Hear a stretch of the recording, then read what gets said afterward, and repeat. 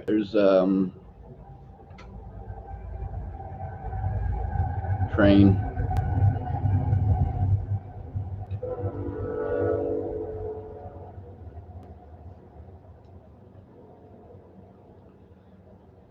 There's a place about called Hardin, Montana, and there's a lot of missing people from that area. Um, Not just there. I mean, there's 4 states come together right at a reservation, several reservations, um,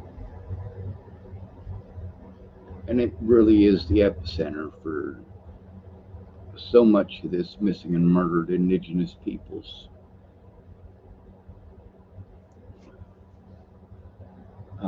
So this group, Social Distance Powwow, it's a public group, so anybody can join it. And I am gonna post a link.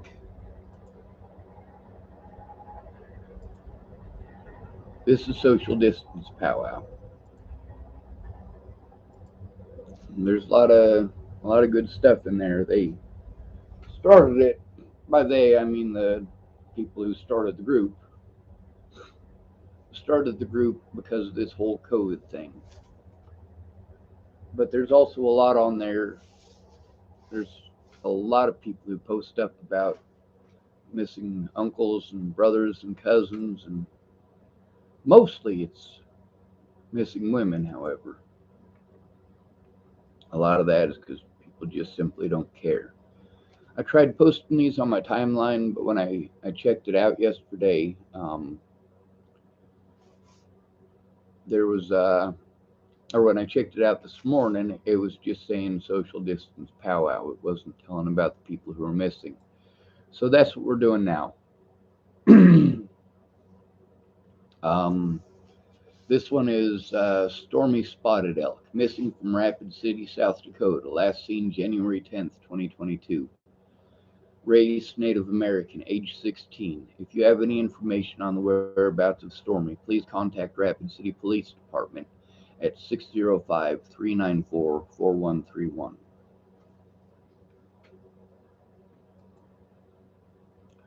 The next one, Anissa Nice, missing from Rapid City, South Dakota, last seen December 30th, 2021.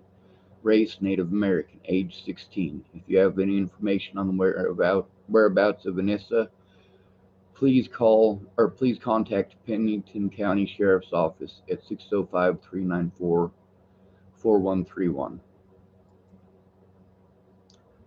Luda Arapaho, missing from Rapid City, South Dakota, last seen January 10th, 2022. Race Native American, age 13.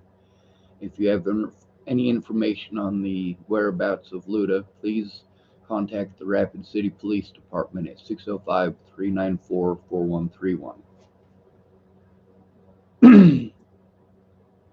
Missing from Pierre, South Dakota, last seen January 10th, 2022.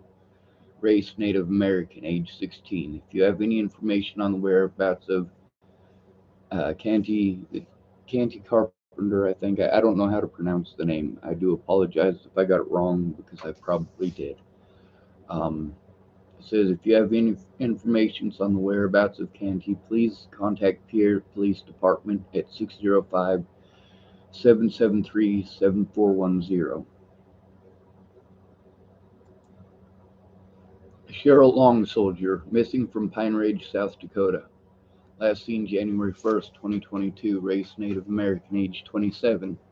If you have any information on the whereabouts of Cheryl, please contact the Pine Ridge Oglala Sioux Tribal Police Department at 605-867-5111 or 605-867-5141.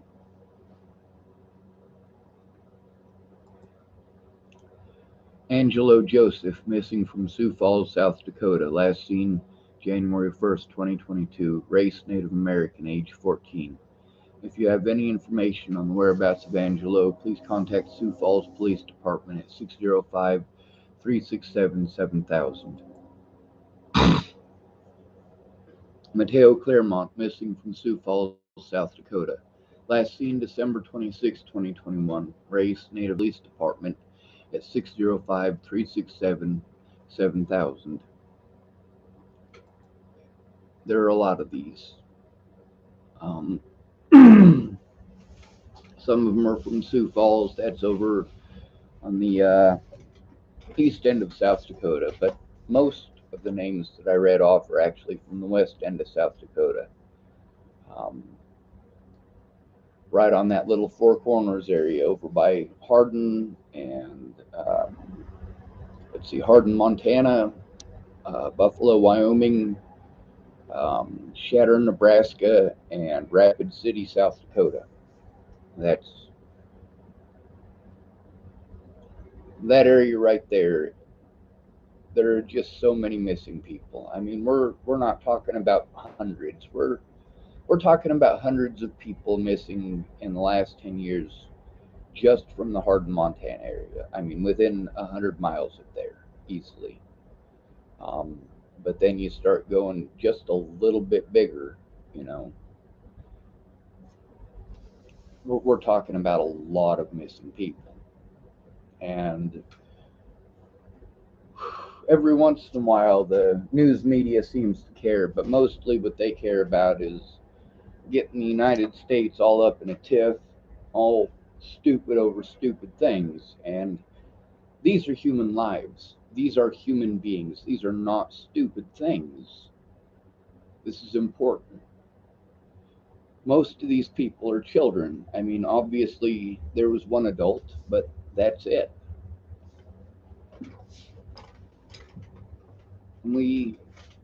We have to say missing and murdered Indigenous women. The reason for that is because people care about women. If you say missing and murdered Indigenous people, a lot of people just stop caring right then and there. And it's horrible.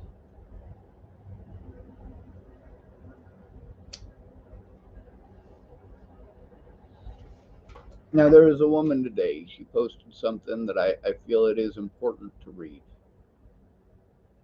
She typed, "Heal and move on. You have things to do. You cannot continue living in your past." That's cute. I wrote, "This is a crock of crap. Most of the supposed Christians I know use these exact words as an excuse to look away. We literally cannot live in the past. Saying things like this to people with ongoing trauma is dismissive and shows you don't care. Men get this shoved down their throats more than women, which is why the suicide rate among men is 5 times what the suicide rate among women is." And that's true. It starts at age 15. You need to man up. You need to man up. You just need to let it go. You know what? When you're going through ongoing trauma, that just isn't happening.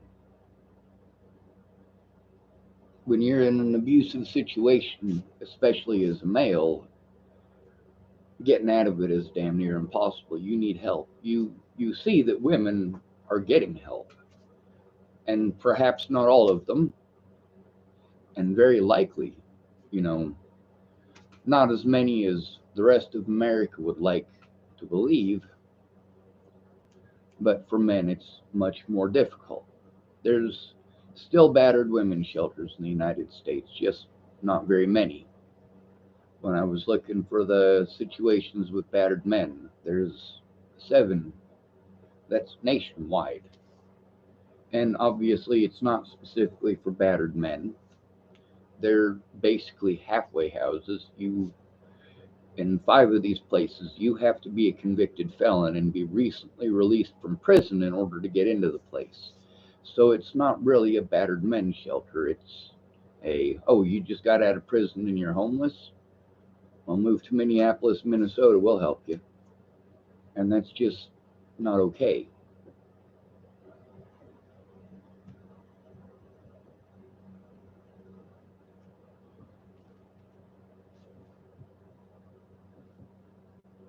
I'm not sure what that tapping sound is or if you guys can hear it.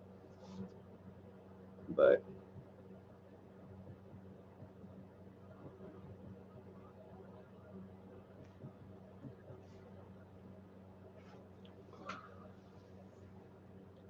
All right, where is my ashtray? We've got a lot of situations right now that people want to look away from because it's not happening to them. Then when I focus on Gabby Petito, and then once Brian Laundrie killed himself, people just stopped caring. And that's something about the situation with Natalie that really, really gets me. You know, if I'd succeeded in killing myself, they probably would have let Natalie's killer go.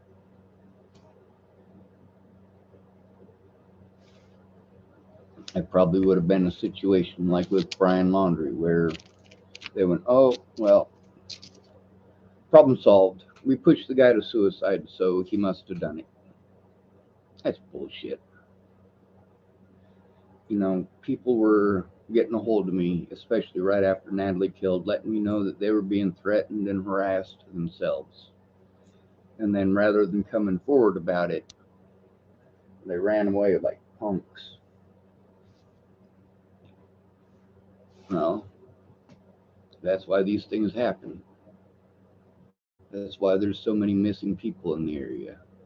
And I don't mean this area. We don't have a lot of Native Americans here.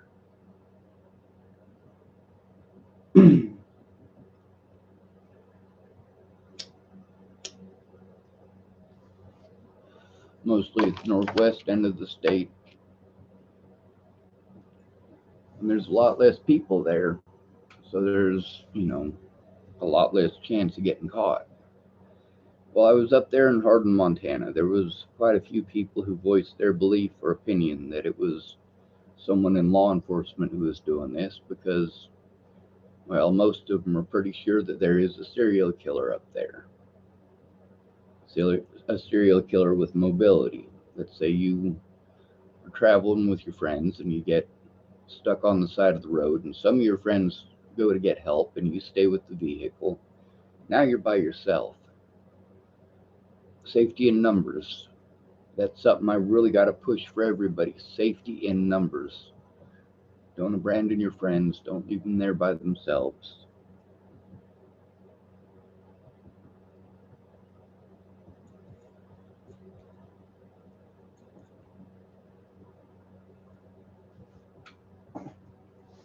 Um, I got to get back to the stuff I was working on last night. Obviously, there's quite a bit of it. Um,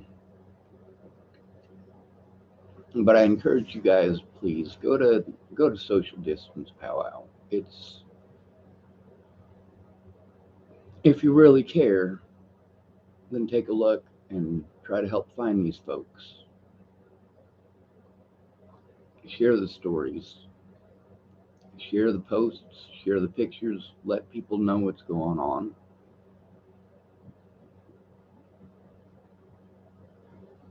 This is not an easy fight. When people go missing, it's often difficult to get the police to actually care. Well, unless it's a pretty white girl. It seems to me that if it's a pretty white girl, everybody cares. And that's not saying that pretty white girls don't get victimized, because they for certainly do. But they're definitely not the only ones being victimized. 29 million males in America were victims of sexual assault or abuse before the age of 18. We got to stop ignoring the male victims too. And obviously, several of the names that I read off were males. That's not to say that those things happened to them. That's not to say there wasn't alcohol or drugs or physical abuse involved. We don't know. But when it comes to missing people, we know what happens when they're not found. Natalie Bollinger was still alive when people were hating on me and accusing me all sorts of stuff. And, rather than doing the whole witch hunt thing, they could have done the right thing and gone looking for her, helped to find her. helped to do something before Joseph Michael Lopez shot her in the head. Instead, they wanted to argue on Facebook, and Natalie's family wanted to harass me on Facebook. Their friends had already harassed me and made my life hell for over a year by the time Natalie disappeared. People wanted to tell me that you just need to let the past go and so on. You know, I can't go to see my older brother at that point because I'm being assaulted by people over rumors of stuff that never happened. And the fact is, everything that I've looked at, everything that I've gone through, everything that I have searched through, Natalie Bollinger didn't tell people I did those things. They just wanted to assume. And going through all the evidence that I've gone through, that's exactly what's been happening.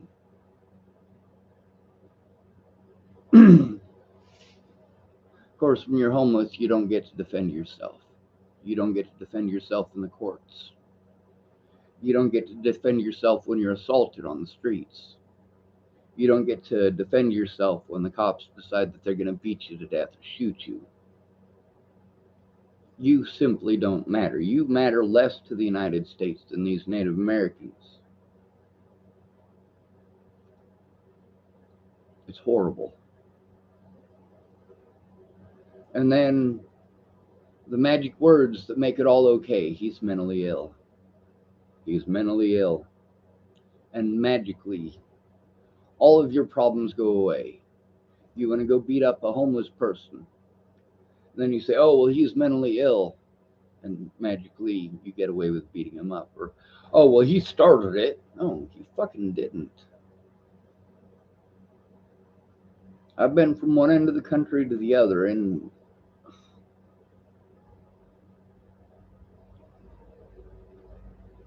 these are all human beings. They're still human beings. Just because you want to pretend every Native American out there is a drunk or a meth head doesn't mean that they are. Just because you want to pretend that every homeless person out there is a drunk or a meth head doesn't mean that they are. Just because you want to abuse somebody and get away with it by calling them mentally ill, it doesn't make it okay. And it for surely is not okay to look away. People always want to look away until it happens to them, and then they're angry that nobody will help them. Well, what about the people who came to you for help? What did you do? How did you treat them? Did you tell them they just need to man up? Did you tell them to stop living in the past? Meanwhile, these things affect a person's future. The things that I've gone through, apparently they're wrong to do to other people, but it's magically okay to do it to me. The running joke with the cops when they abuse the shit out of a homeless person is you can call a lawyer when you get out. You get a lawyer when you get out. You get yourself a public pretender.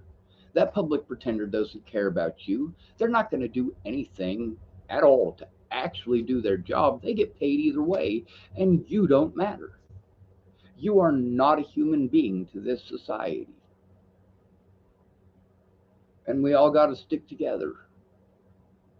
Either the victims got to work together as hard as the predators, or they're going to be victimized for the rest of their lives. And most of these people, they have been kicked around their entire lives. They're afraid to come forward. They're afraid to be targeted. And yeah, that is a legit fear for a legit reason. And we can legit see these things happening to us, to our communities, to people in our communities who are poor or who are assumed to be poor. If you carry a backpack, if you're homeless and you don't have a vehicle, you got to keep all of your life-saving gear in that backpack. And it's not like you can just take your backpack and drop it off somewhere. You don't have anywhere to drop it off. Now, if you've got a vehicle, you can take your backpack off and you can put it in your vehicle and you can walk around without a backpack. If you got clean clothes, well, they can't really tell the difference between you and somebody who lives in a house, and they're not likely to bug you. But the moment you put that backpack on, you got to be afraid of being targeted. Unfortunately, black people can't take off their skin and put it in the trunk of their car so that they're not victimized over the color of their skin. But in many cases, there's statistics that are being spouted out by organizations like BLM that completely look away from the fact that most of the black people who were killed by police in 2019 were homeless. 49% of those killed by police in 2019 were homeless. 51% were disabled. The population of black folks in America in 2019 was around 60 million. The population of disabled people in 2019 was around 60 million. The population of the homeless in 2019 was only 500,000. That's only 1/120th the size of the black population, and they account for well over double the number of people murdered by the police.